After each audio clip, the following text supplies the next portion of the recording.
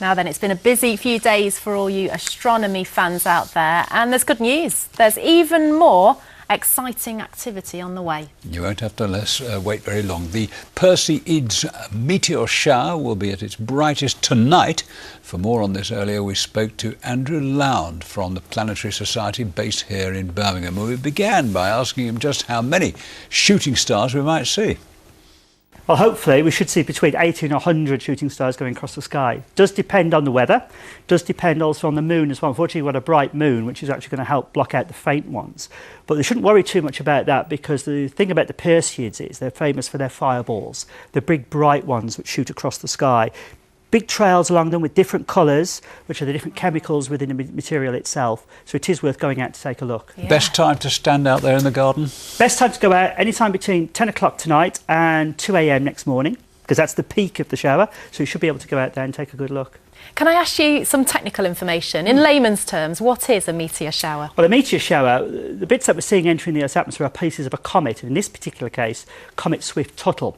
And comets are made out of ice and dirty material. And when they get close to the sun, they start to heat up. The ice is turned to a gas. They grab the dust with them. The solar wind blows the tails back.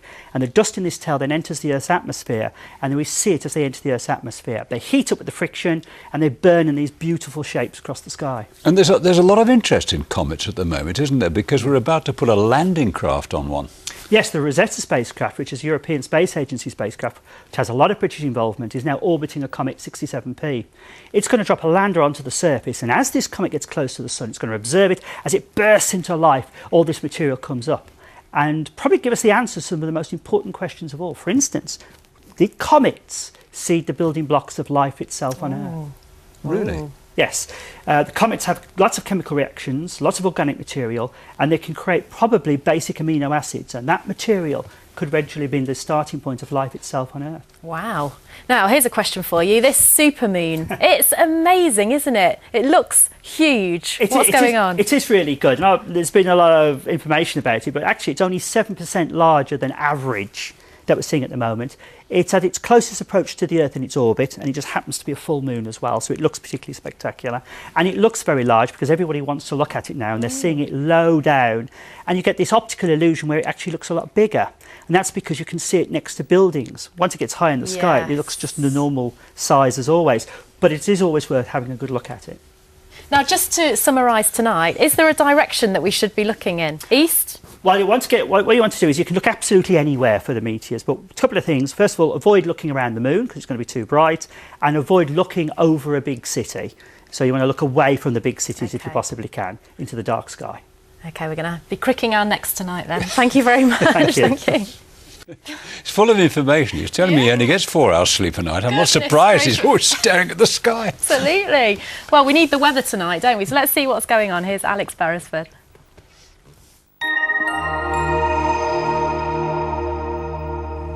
Hello, good evening. It certainly has been quite showery through today, and some of the showers have been on the heavy side. We've also seen some warm sunny spells as well, and that's the case over the next few days as well. But by the time we get to the end of the week, creeping into next weekend, it's going to be more settled with drier and brighter conditions, and that's because we're going to have a change in pressure pattern. Today we've had the low pressure anchored up towards the northeast of Britain there, bringing those breezier conditions for us here across the Midlands. But over the next few days, that low pressure begins to move off towards the east there, and we're going to have this ridge of high pressure building in from the west, and that means drier and brighter conditions by the time we get to Saturday and on Sunday in particular. This evening it's not going to be too nice. The showery activity has died down already. They'll become much more isolated overnight. Further south it'll be drier though, with some clear breaks, and temperatures will dip down to 11 or 12 degrees, so not too bad for sleeping. Tomorrow is going to be a bright and breezy start to the day. Still some showers pushing in, particularly across the north, but anywhere in the afternoon could see 1 or 2 showers, but they are going to be a fair bit lighter, and there'll also be some drier and brighter periods of weather, and temperatures should make 20 degrees better than what we had earlier this afternoon. Looking further ahead, it's going to be quite changeable on Thursday. Some of the showers are going to be quite hefty. On Friday they turn lighter as that ridge of high pressure builds in, drier and brighter by Saturday, so it's better news.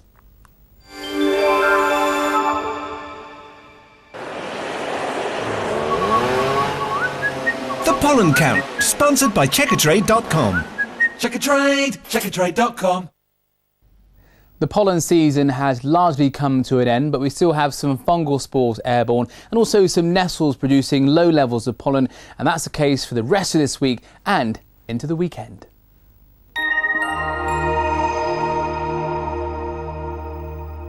That almost brings us to the end of our programme tonight, but just before we go, a quick roundup of the headlines.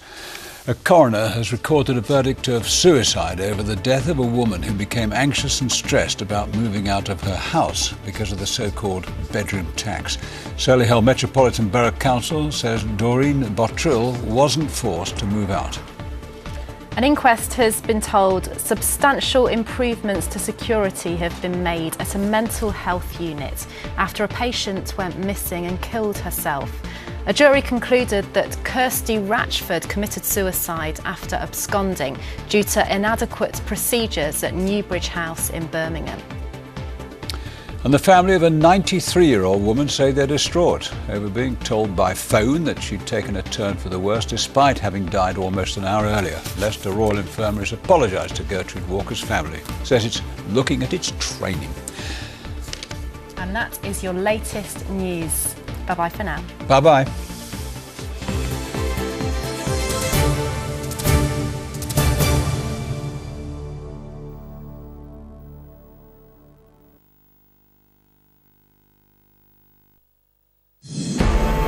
The frantic search for safety, thousands more seek sanctuary from the militants advancing through Iraq. Young and old walk for days in the searing heat. An ITV News team witnesses the suffering that has no end here. They've only been able to bring with them what they can carry. What they have no shortage of, however, is horror stories. Tonight, Britain sends tornadoes and Chinook helicopters to help with the aid effort, but our poll finds most want action stepped up to save those trapped. The head of the Catholic Church in England agrees the UK should be doing more. 2 airdrops in 4 days is not maybe the best we could be doing, and I would like to see that increased. Also tonight, shock and sadness at the death of Robin Williams. Good morning, Vietnam! Stars around the world paid tribute after the Oscar-winning comic genius apparently took his own life. And pinning their hopes on a baby panda, growing excitement at Edinburgh Zoo.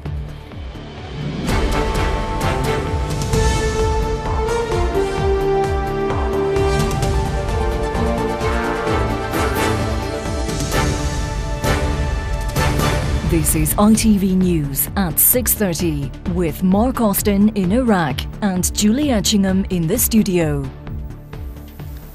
Good evening from Erbil in northern Iraq, where the rescue of thousands of trapped refugees suffered a desperate setback today. One of the 2 Iraqi helicopters delivering aid and then transporting the most vulnerable to safety crashed on Mount Sinjar this afternoon. 1 pilot died, several children were among the injured. The UN says 35,000 Yazidis have now been rescued from the mountain, where they were trapped and surrounded by Islamic State fighters. ITV News understands 4 Chinook helicopters have left Britain for Cyprus, where they will be readied to join the relief effort. All the while, America continued with military force today, conducting an airstrike on an IS mortar position north of Sinjar. Our first report tonight comes from Peshkabur. Our senior international correspondent John Irvine witnessed thousands more Yazidis fleeing to freedom.